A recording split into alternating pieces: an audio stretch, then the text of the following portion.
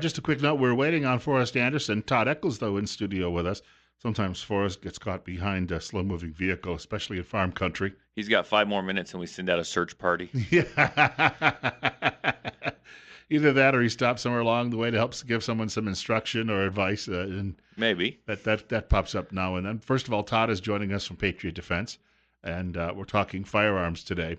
Hey, after the shooting in Texas the other day, it's a terrible tragedy, and I know most people, no matter what you believe about firearms, would admit it's a tragic occurrence to see, more than 24 people killed. However, there was a story out in the middle of the week, and it's gotten a lot of attention. Apparently, USA Today tried to talk about what they call, semi-automatic rifles, and they referenced one that the shooter had and said that you can attach a chainsaw to it, a chainsaw bayonet. Now, as it turns out, folks over at the Washington Examiner did a little research. There actually is such a device, but it's used by people who are trying to do rescues. They can cut through a roof if there's a flood and pull people out through the roof. You can cut through a door with it, but it doesn't look like it's a very popular element. But this, I think, is being thrown in there by some folks in media saying that people are going to go around hacking people up with chainsaws, which you could do with a regular chainsaw anyway. Well, yeah, and they're going to take one little thing that they can find and try to scare people with it. Okay, they legitimately found something that's legitimately out there, so now they're going to try to scare people with it. Just like after the last shooting, they posted one up with a grenade launcher on it. They're going to take one little thing that is true that they are out there, but not average Joe's not going to have a grenade launcher attached to his AR-15. The average Joe's not going to have a I'm gonna go out and I'm gonna shoot critters, shoot squirrels with my AR-15, and then decide to prune the tree when I'm done. I mean, it's not gonna happen. And I saw a picture of it, how it looks. There's actually a video that shows people using it for trimming, as you say. I mean, Yeah. the people who market it say it's used often by law enforcement if they're cutting down marijuana plants they find, There you go. and other brush like that. And so it's not an unusual item. The scare tactics yesterday, I had Fox News on in the background while I was at home, and there was a senator, we used to call him when I lived in Delaware, we called him Light Bulb Head. His name was Chris Coons because that's what he looks like. He looks like the guy in that famous painting, The Scream, like an incandescent light bulb, and he's about 4 feet tall. You could put a lampshade over his head and no one would notice the difference. And he was talking about bump stocks, and we've been through this before. Hardly anybody anywhere uses them simply because they're unreliable. They're not effective. They're not what you'd call effective, and anybody can print one out if they want with these new printers. You could. I mean, why not? They're just made for taking to the range and having fun with. That's all it's made for. You're going to burn through an ammo. It's not tactically efficient. Okay, yeah, he did some damage with it, but they're just a piece of plastic. That's all it is. And you can do the same thing with your belt loop. I can prune a tree with my chainsaw. I can, I guess, now buy a chainsaw attachment for my AR and prune a tree as well. But I'm not going to. I'm going to use the proper tool for the proper job.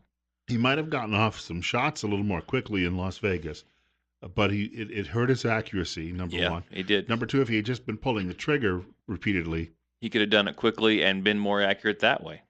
So it seems to be a lot of people, politicians right now, are just looking, I think they call it franking privileges, where the taxpayers allow the politicians, they use your tax money to send mailings to you and say, look at all the wonderful things I've done for you.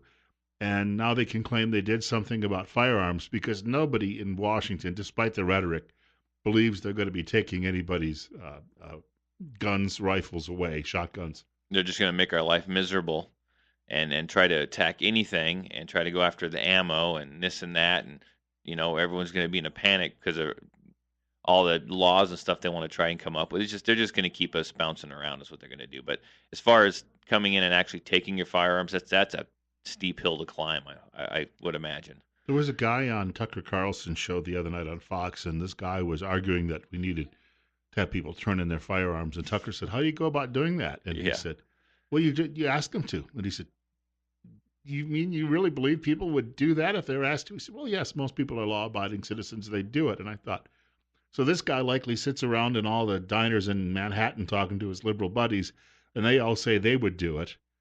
And so they assume that everybody else in the country would go along with doing it as well. That's if you just ask them people to trim, and he thinks people are just going to turn their firearms. And they have these big gun buybacks all over the country every now and then, and they say that they're really successful. I saw an article about one the other day, and I should have read it, and I didn't. But typically, I can almost tell you how that article is going to go. It was super successful. Look at all these guns that we got back. If you look at the firearms, they're piles of crap. They're piles of garbage. They've been duct taped Antiques. together. They're antiques that are broken. That I mean, that's all they are. They're rusted. You can't do anything with them. That's what they're paying money for. The ones that don't work anyway. I have to say, we're dealing with some people out there, I think, who are on the edge of delusion. We have a phone caller. It's coming up in 12 minutes after 9 o'clock, and we're at 36. Todd Eccles from Patriot Defense and Bill Colley with you on Top Story. Go ahead. Hey, Bill, good morning. Good show as always. You know, that idiot wrote that article being interviewed by Tucker. He's an idiot. He said law-abiding citizens would do it. Well, law-abiding citizens aren't the problem. You know, it's these people that are possessed by who knows what that are deciding to go shoot things up. It's the government not following through with their own protocols. That's what caused the problem. It's the law-abiding citizens are the ones that stopped the shootings, as we Exactly. found out. Exactly. Boy, a voice of reason in the wilderness. Yeah. Who would have thunk it? You guys have a great day, huh? Well, thank you. Thank you for the call. We've got a comment about this fellow, the man who stopped him, is an NRA instructor. So he's basically you in that small town in Texas, and he admitted to being nervous. He admitted to being frightened, and there's some video of him actually as he's talking to police after this thing is all ended along the roadside, and his hands are still shaking. And yet, probably because of his training and the fact that he had been on the range a lot, but also he had over the years probably worked to try to shoot moving targets, whatever it be. hmm Practice allowed him to still deal with this, despite the fact that he was a nervous wreck at the time. And I think that's what you want to see. The guy that saves the day, you want to see that guy shaking. You want to hear him say, "Hey, I was nervous. I was scared. This is." That's what you want to hear. He was humble. He's an average everyday Joe. Yeah, he was an NRA instructor. He liked firearms. He was he was legal in what he did, and he saved the day. But yeah, he probably did go out and practice because you're nervous, you're shaking, your heart rate is elevated. The adrenaline's flowing. We talk about it in here. Your worst day on the range is going to be how do you guys say it? Your worst day on the range is going to be that's going to be better than your Best day in a a crisis. And so yeah, so I'm sure he practiced a bunch. I mean, I don't know if he was specifically aiming. The guy who's wearing body armor and he was able to slip on past the body armor. Now I don't know if he was specifically aiming for that area, but good on him. Good shot. He knew what he was doing. His gun functioned. He did awesome. He rose to the occasion. This good guy with a gun that we've mentioned before, and Forrest often says that the shooters are generally the bad guys are cowards, because as soon as he got approached, this guy stopped shooting people in the church and started heading out, Yeah. dropped the rifle, Yeah. jumped in his vehicle, although he had more firepower in the car, which I think the president said hundreds could have died, and people mocked him for that. But this guy had enough firepower in the car; he could have rolled up the road somewhere if no one had stopped him. Found another spot. Right, and continued the mayhem. Yeah, and I mean, who knows what he would have done? We don't know. He was stopped. That's fantastic. Good guy with a gun. And there was a guy he wasn't at the church. The guy that stopped him, he lived in the neighborhood or was nearby the church.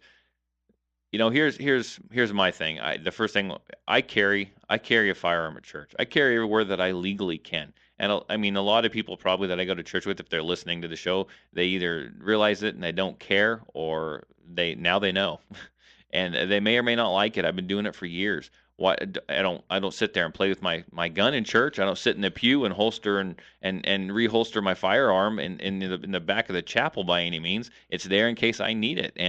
And every time I go to put it on and take it to church, I'm like, yeah, I'm going to church. What's going to happen at church? Do I really need to do this? I even think thoughts like that. Maybe I should just leave it at home, but I never do. And then a story like this, something like this happens. Nobody inside that sanctuary that day was armed. Nobody. And from a couple articles I read, I mean, the guy was walking down the aisles, turning to each pew, and he was shooting babies. I mean, he was shooting babies. I mean, there was one family. I didn't get the family's name by any means. It was another show that I was listening to where I think they lost I want to say they lost 5 people out of their family just in that shooting.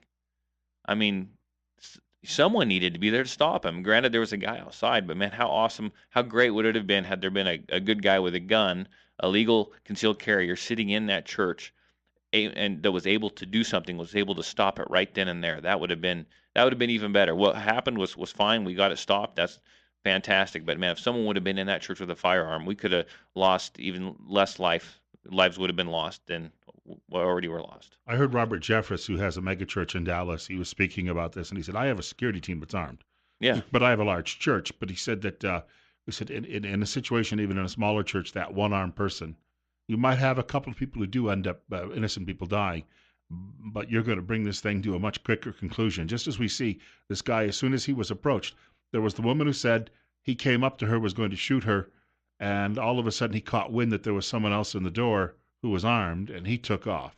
right. And that alone stopped him, or stopped her from dying, stopped him from killing more people. There's a lot of churches out there that actually have their own security type teams and their security, in place.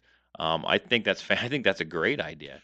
We talked, though, this really defines what we refer to as soft targets. Yeah, they are. If you don't have something in place, churches are supposed to be welcoming. You're supposed to welcome that person in off the street. They're supposed to, help people out. Give them donations, teach them the Word of God, whatever it might be, whatever you believe in. And so, a lot of these churches will let anyone just in off the street. They're just good people. They're good-hearted people. But you can also inadvertently let evil into your doors. You can let someone in that's looking to take advantage of you. And some of these big churches, I know there's some big churches. When I was in Kansas, some massive churches, and they had separate buildings. And a lot of times you'd have the parents in the meeting over here in one building, and then you'd have the kids doing their Sunday school, primary type stuff in another building that was completely separate. And those churches actually had security things in place. And it's because the kids are over here. And I mean, if someone came in, they didn't know that, and places went on lockdown. Want to mention Todd Eccles joining us in studio, and it's coming up on 9:19, or yeah, that's right. I almost said 8:19. I got to get my trifocals adjusted here, I guess. We're at 36. For people who actually would like to know a little bit more about how they can train, and a lot of people out there, you're doing some advanced courses too, but you've got a number. First of all, they can get their enhanced carry permit by going through one of your courses, but there's a lot of different ways they can do this. Yeah, yeah. You can actually get a hold of me. You can call me. You can text me. Area code 620-794-6223. My next enhanced permit class is actually tomorrow. Is on November 11th, which is tomorrow. I still got room in there. If anyone's interested, you can catch me on Facebook under Patriot Defense. Shoot me a message there. I do have a lot of other classes. You just have to ask me about them. During the summer, I will set them up regularly. During the wintertime when it's cold, I don't get as much activity on those classes. But if somebody wants to do something, call me up. We can set something up. I was just approached yesterday by a guy that I know. His three daughters and a bunch of their friends want to come out and learn how to shoot and go shooting, and I can even set up something like that. So give me a call, let me know, and we'll set it up. Could even train churches if they wanted to. I've had build their security teams. I've had church teams come in before. We've got more coming up. Todd Eccles is in the studio with us. We're at 38. Bill Colley as well on News Radio 1310, KLIX and NewsRadio1310.com. Joined in studio this morning by Todd Eccles from Patriot Defense. We got to mention, by the way, Forrest he may be in the middle of some other obligations at the moment. Forrest Anderson from Washington Street Pawn, and Forrest, of course, generally joins us as well. And like you, he does a little training too now and then. Primarily, though, he's in the business of helping people find what is comfortable for them when they buy a firearm. Yeah, and he's got a number of other things, computers and things like that people. He's running a real good deal. He'd give you the numbers, but you can probably go down and find him at Washington Street Pawn, and he'll tell you all about it. But he's got a real good deal on ammo that he's been doing. I think last week he said he still could get that ammo, and yeah, I forget the price, but I mean it's like 1,000 rounds of 9mm for really good price. He even had someone call in and say that it was spectacular ammo. So get it now. It makes great Christmas gifts. Yeah. Or you just buy it now while it's cheap. Buy it now before the price goes up. But yeah, if you go down there and talk to Forrest, I'm sure he could hook you up. He'd be more than happy to. I don't have a lot of space any longer, but I still have space in the kitchen closet, and I could stack it up there. There's always place for ammo, Bill. You can stack it under the kitchen table, under the couch, under the bed. It's just you and your cats. You could stack it up in the middle of the room. Yeah, I've got it stacked in some interesting places already, but I have the space. A little bit of space in the kitchen closet on where there's shelving, but there's about 3 feet of space beneath the bottom shelf. Uh-huh. Perfect. Oh, perfect. Yeah, load it up. We have a caller looking to join us. Todd Eccles in studio with us from Patriot Defense. Bill Colley as well. It's 9:24, and we're at 36 on Top Story on News Radio 1310 KLIX and newsradio1310.com. Caller, you're on the air. Oh, good morning. Hey, it's an unfortunate thing that happened over in Texas, and usually the comments is a good guy with a gun and this and that. That a good guy with a gun outweighs that guy with a gun. But there's a professor from Stanford University that's done a study over 30 years, and he says that's not true. And also Mike, the gun guy at the blog, he's also been a gun instructor for about 50 years, and he says people in that scenario, in that distress, no matter how much training they've had, they're going to do the same thing, hit the floor when that happens. So what do you suggest about what can we be done to stop this 550 multiple gun victims at random shootings that's been happening for this 3 years now? You know, I got to add to that. And of course, Stanford University, you'd expect that a professor there might have a little confirmation bias. I want to thank him for the call. But number two, when he says the good guy with a gun doesn't really hold up, that's because there aren't a lot of good guys with guns, as we just mentioned inside the church. Nobody. There's no one there. But I want to touch on this. The caller mentioned, even the guy with a gun might do the same thing, and he might hit the floor. He may hit the floor. I'm not saying that if there was a guy in that church with a firearm, and then someone walks in with a rifle or with a handgun or whatever and starts to pick people off, I'm not saying that the best, I guess, even though I hate the word tactical, the best tactical move would be for them just to stand up, draw the gun, and shoot. You got to wait for your opportunity. And if that means you've got to hit the ground with the rest of them and wait for your opportunity to be able to draw your gun and put it into the scenario, then that's what you need to do. Going for your gun right off, I mean, first thing, I've seen video after video after video, and I talk about it in my classes. Going for your firearm is not, right away, at the first second sign of trouble, is not always the best route to go. You wait for your opportunity. Wait for your opportunity. There will be one. So, you may hit the ground at first. You want to do what you're told at first. You don't want to immediately resist necessarily.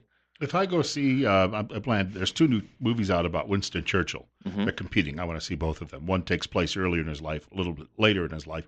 If I go to the movie theater and someone comes storming in, I think you've said before, your initial response, especially if you've got family members there, is how do I get them out of here? Yeah. So you know where the exits are. You're not there necessarily to bring this guy down. You're to get your family to safety, and you're looking for an out, first of all. So it's not always about just jumping up and saying, I'll save the day. It just doesn't happen that way. It's having the firearm in case the fight comes to you. Now you may want to hit the ground because drawing that firearm and shooting may not be the best, most appropriate reaction at that time because there may be other people around. You may not have a clear shot. You need to think about this. This is all something that if you're going to carry a handgun to protect yourself, you need to think about these scenarios. You need to figure out what you do. You need to talk through these situations with people, read articles, that kind of thing. And there's plenty of them out there. We discuss some of the stuff in my class and think through this so you know how to react in those situations. You know what to think about ahead of time.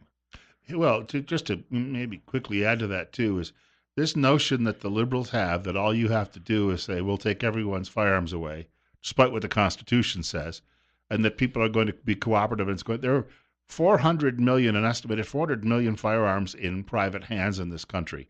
Again, there's just simply no way you're going to put this genie back in the bottle. And I've heard, and I don't have the exact numbers, and I was listening to a podcast, and I didn't write them down, but there's so many, millions of guns in the hands of everyday ordinary citizens, and I think actually the number of shootings and number of deaths, violent deaths by handguns has actually gone down as the amount of gun ownership has gone up. Have you heard that, Bill?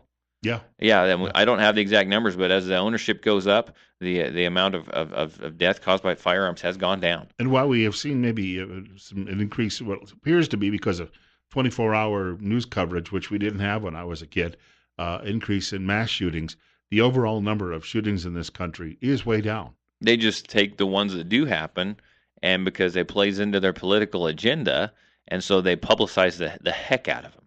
They publicize them, and you see it on Facebook, Twitter, Instagram, whatever else is social media. You see it on the news. I mean, you can get all kinds of alerts sent right to your phone, so you're just inundated with all this stuff. Even if it's one person shot, it's a big deal, but they send it to you. You get it from all areas, so it sounds like it's happening all the time. Well, and then you also read about, if you look at the countries with the worst gun violence around the world, and people talk about us as being terrible, and we're nowhere near the top. No. We're way down that list. Yeah. How many deaths were in Chicago? Yeah. A lot. We have more coming up, and some countries you just don't hear about it because, well, they don't have a lot of media reporting it, and they don't want you to know about it. We're at 36. Todd Eccles from Patriot Defense and Bill Colley on Top Story on News Radio 1310, KLIX and NewsRadio1310.com. We've got more on the way, including should you be insured if you own a firearm. Our guest in the studio, Todd Eccles, he's joining us from Patriot Defense. We wanted to mention Forrest Anderson not with us this morning, but we do want to point out Washington Street Pawn is on South Washington Street in Twin Falls, just a few blocks, in fact, south of Addison Avenue. Red and white building, you can't miss it as you drive by. And we wanted to point out, we mentioned earlier, Forrest has a great sale going on right now when it comes to ammunition. It's $934. That would be 9mm ammunition, which is pretty much becoming universal. $37 right now. I was at a meeting. I joined an off-road club, the Southern Idaho Off-Road Association. We have a monthly meeting. And there's a gentleman there with his wife. He always listens to my show. And he says, I want to talk to you after the meeting. So I went over there and talked to him about some stuff. And he's all, you going to be on the air tomorrow? And I was like, yeah, I'm going to be on the air tomorrow. He said, I'm going to have to sit here and listen to you tell me how bad my 40s are. And I said, yep, you're gonna have to listen to me. But he's talking about finding a nice 9mm. So I've done my job. Yeah. I'm happy. I've done my job. There's no problem with having both. No, there's not. But I think 9mm are better. Yeah. I wanted to point out quickly too. You can reach the show today by dialing 208-736-0300. Todd Eccles and Bill Colley. Todd from Patriot Defense, and they can contact you. Yeah, you can. Call me. You can text me. Area code 620-794-6223. That's area code 620-794-6223.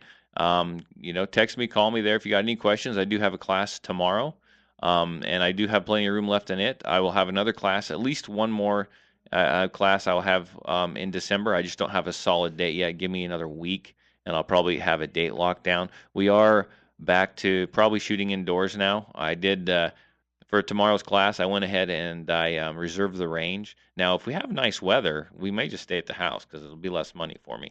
But we can shoot at the house. But if it looks like it's going to be windy and cold, we'll head to the indoor range. Very nice tomorrow. I'm hoping. So I might have to go home and change out the targets 50-ish and, some sunshine. Bring a jacket if you're in tomorrow's class. Sounds like we'll be outside. We were talking quickly earlier. We talked about insurance, forcing people who own firearms to buy insurance, which would obviously, if you have a firearm, would put you into some sort of risk pool and make it almost unaffordable for most people to actually own firearms. Well, and that would be the ultimate goal, I think. So, yeah.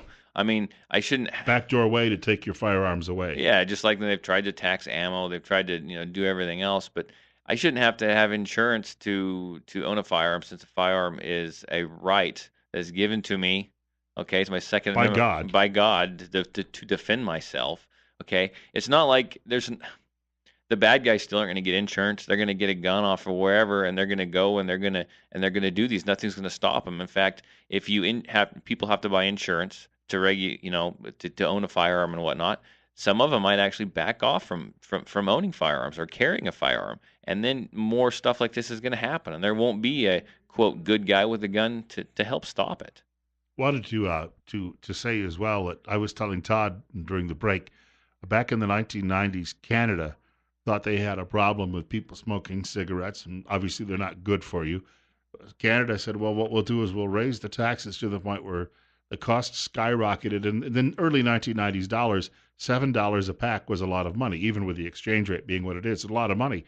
And within a year, they said a quarter of people who were smokers in Canada had stopped smoking. So it was like, aha, here's how you do it. You make cigarettes so expensive. But then they came back another year later and discovered that most of those people had gone back to smoking.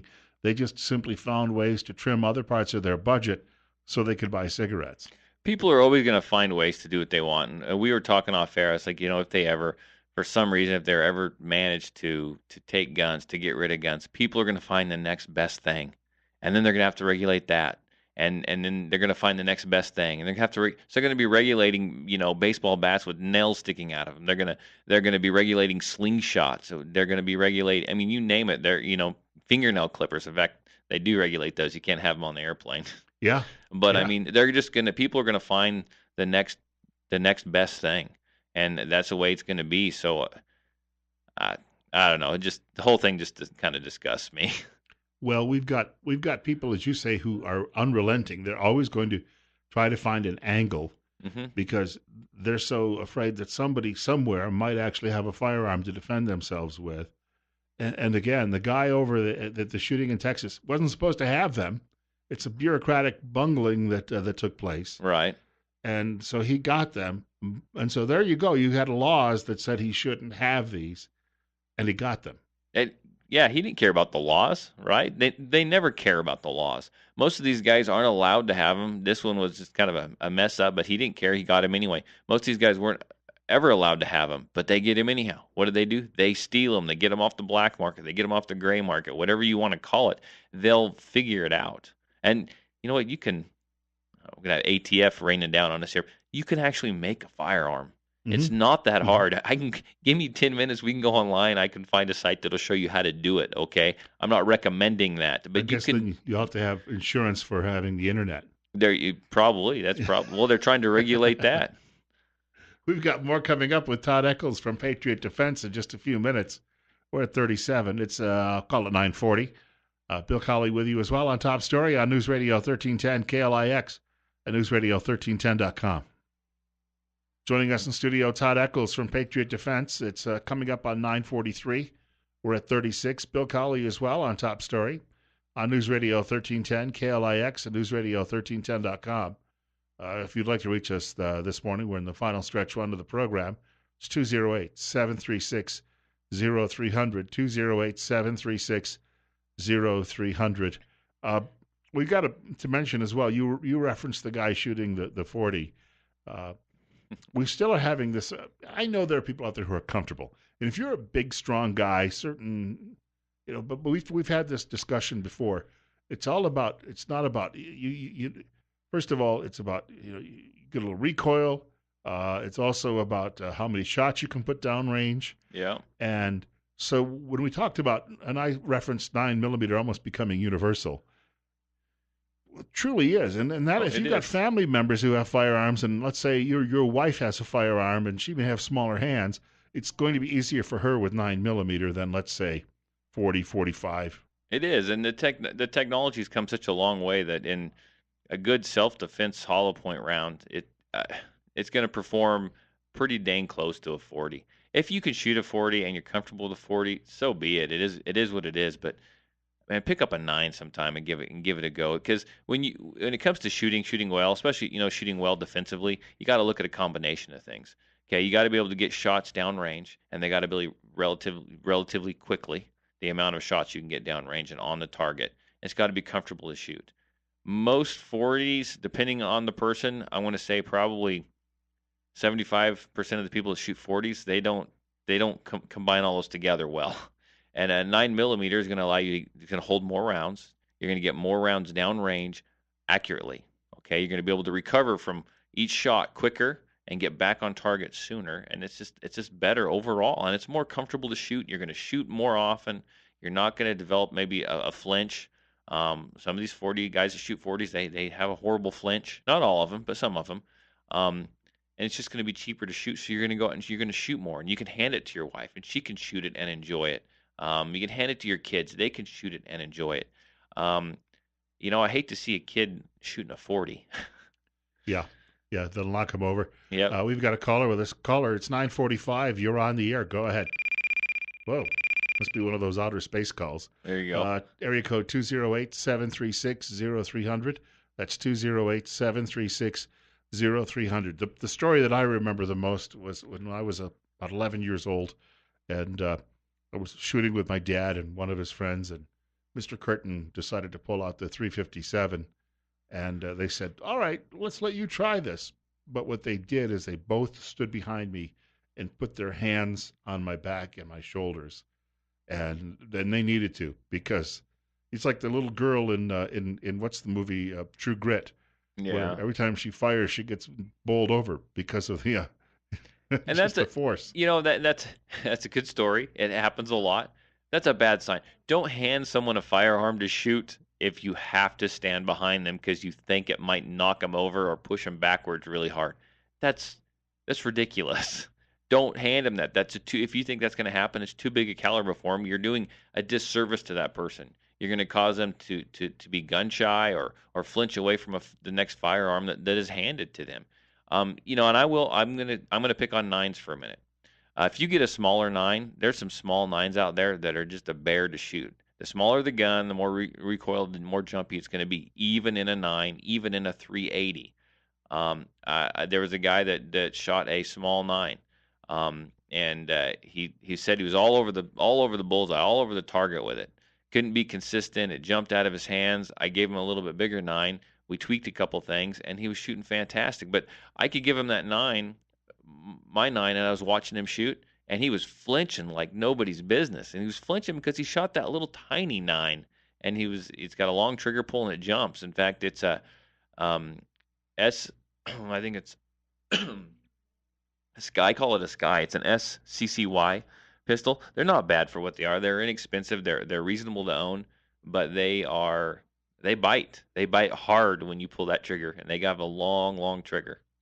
If though, and we talked about this earlier, a lot of people enjoy just having a number of different firearms, and so the nine may be your main pistol.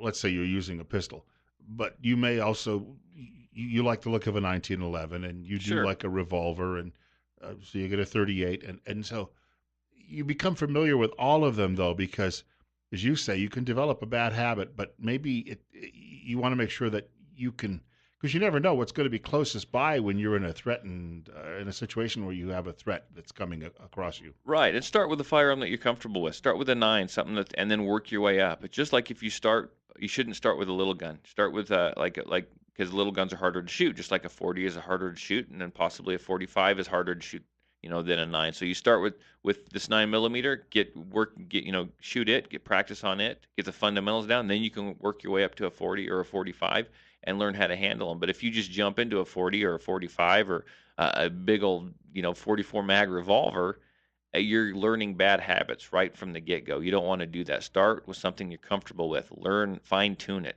Learn all the fundamentals, and then work your way through the system. Well, there's a story about a ball player. He was playing in the minor leagues for the Cincinnati Reds many, many years ago, and he just didn't seem to be going anywhere. Big, strong guy, and at the age of 30, one of his coaches came along and said, "Here, try this heavier bat," because it's counterintuitive. But he started swinging that bat, and he ended up becoming he went up to the big leagues pretty fast because he could knock that ball out of the park. Right. So it's an analogy though that that what fits one person doesn't necessarily fit everybody else. Right. And a firearm is a very, very personal thing. Find out what fits you. Don't shoot one, and I'm not picking on a 40, but just don't shoot one because that's the only one that you've ever been handed. Find what fits you and learn from there. Maybe you have to start out at a 22. It is what it is. That's fine. You start out with that and you move your way. You move your way up. So I like to go and I like to work out. I'm kind of I don't like to call myself a health nut, but I try to live healthy. So I go do CrossFit, and you go in there and they have a big barbell and you put some weights on it and you do some of these movements and stuff. I'm going to go in there and I'm going to use a lighter weight because I need to learn form. I need to learn function. I need to learn how it works so I don't hurt myself. I'm not going to go in there and say, throw 350 pounds on there and get out of my way. Because you know why? Because I'm going to hurt myself. I'm not going to be able to lift it well. And it's going to be the way to go into that situation. It's the same way with a firearm. Start with something you're comfortable with and work your way through. I hate those videos where you see husbands, boyfriends, friends, whoever, dads even, they'll take their daughters out. You'll see them out with their daughter, their wife, their girlfriend, whatever, and they hand them a 12 gauge shotgun and say, "Here you go, pull the trigger on this." and you see them hit themselves in the face or fall over, they just did that person a huge disservice. She's never going to want to touch a shotgun again. And there was a better, proper way to do that. My dad shared a story with me when I was a kid, and he actually showed me where it happened outside of the barracks that he had lived in at Fort Knox. And he and his best friend was a guy named Rob Rennie, and they would spend a lot of their spare time. Not that you had a lot of it in the Army, but when they did, they'd be lifting weights. And they were pretty rugged guys. They could lift a lot of weight. And a guy who was in their unit came along one day and said, "Oh, he wanted to try." And they said, "Well, we've got to take some of the weights off the barbell, and some of the bells off there so you can lift it." He said, "No, no, no, I want to lift that." Yeah. They said, "Well, we're not quite sure you should lift that." "No, no, well, all right, go ahead." And he picked it up, and he tried to get it up over his head. As he did, he fell backwards, and the weights went right out the window from the second floor. Man. And my dad said later on, he pointed this all out. He showed me the window and everything else. He said, and it fell down over there. And he said, it's a good thing nobody was walking But it underneath. killed him. But again, it does go back to that. He was not yet ready to do that. Yeah, and I'll admit, people have made mistakes. I've made a mistake, and I hate this story. In fact, I hate myself for doing this, and I didn't force it upon her or anything. But I remember I took one of my daughters out when she was a lot younger, and it was in Kansas, and we were looking for some rabbits to shoot. And I had my shotgun, and I think she had a 20. I forget what she had, and she decided she goes, "Dad, I want to shoot your shotgun," and it was a full size 12 gauge pump. And I said, "Oh, that's cool. She's asking to shoot this, so." Okay, yeah. Let's shoot this. I'll let you shoot it. Bad idea. And I knew it going into it, and I did it anyway because I was just proud that my daughter wanted to shoot it. She didn't know what was best for her at the time. So I let her shoot that, and it walloped her so hard that I had a hard time getting her to pull the trigger on anything. You'd put her on she's better now, but you'd put her on a little 22 bolt action, one that's going to have no kick, and literally she'd almost burst into tears because she was afraid to pull that trigger. And you know what? She wanted to shoot it, but she was young. She was a kid. She was a child. I blame myself for that. And I will never do that to another I mean, I didn't force her to do that. She wanted to, but I will never allow myself to do that or watch that happen to someone else because she had a hard time. She doesn't hunt. She's not scared of guns. She goes out and shoot handguns and stuff, but she has a hard time pulling the trigger on a rifle, and I blame myself for that. And I have not. Well, I have not. It's been 44 years since I've shot a 357. Yeah. And that it wasn't a terrible experience. It's just they were trying to steady me, but I still remember the lift in my arms. Yeah. After I fired that, and it threw my arms back up in the air. And they were behind you. They maybe should have been with a hand over your arm so you didn't. Yeah. That would have been the better place to be. But if you understand that that's possibly going to happen to someone, don't let him do it. Even if you feel like you're being mean, just say, no, you're not ready. So the rest of my kids, when they went out to shoot, I had to say, no, you're not going to shoot this. You're going to shoot this for a while. My 12-year-old son, he had to work his way up from his 22 cricket, and then we were shooting. We got into shooting handguns, and I'd only let him shoot like one round at a time. And they started with small handguns, and we kind of went that route. And he's up to shooting his 243. He shot his sister 7mm Mod 8 a couple years ago, and that was a little too much for him. For shotguns, he shoots a 20 gauge, and we're going to move him up to a 12. He's ready for a 12. But then again, I say this differs. This isn't just a one-person thing because I have another daughter who started out shooting trap and skeet with a full-size, not even cut down, a full-size 12-gauge shotgun. That was her gun. It didn't bother her at all. Yet it tore up my other daughter. So you just gotta, as a parent, as someone, you just gotta understand. You gotta ease them into it. I feel bad for doing that to this day for allowing that, even though I didn't force her. I didn't say here, shoot it. She wanted to shoot it. I should have told her no.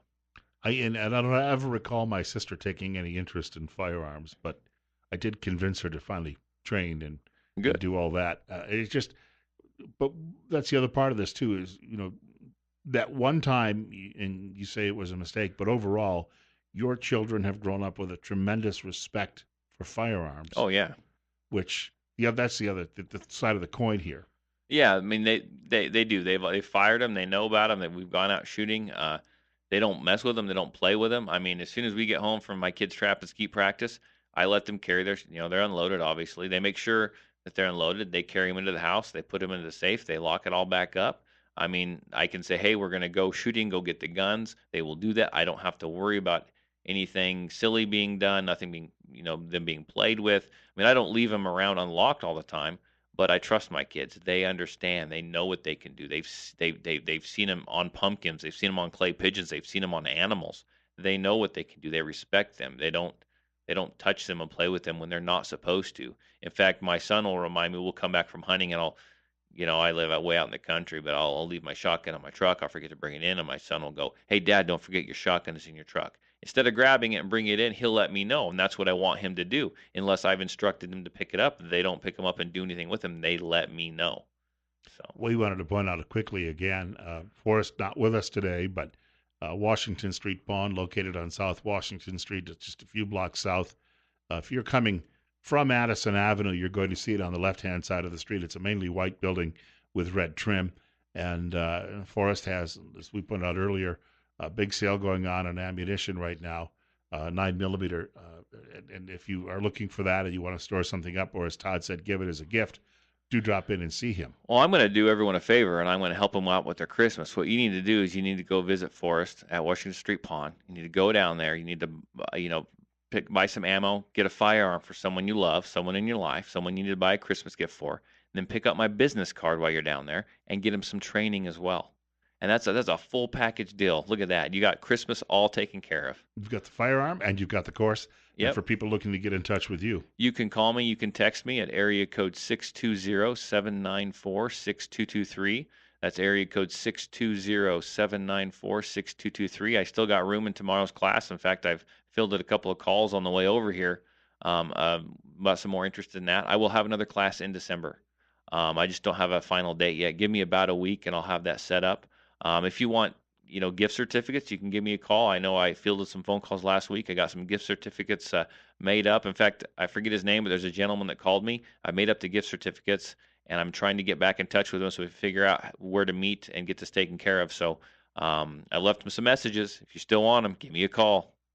I was going to say, save your other calls. I see the phone lines going here at the moment. Got to save those for another week till next Friday.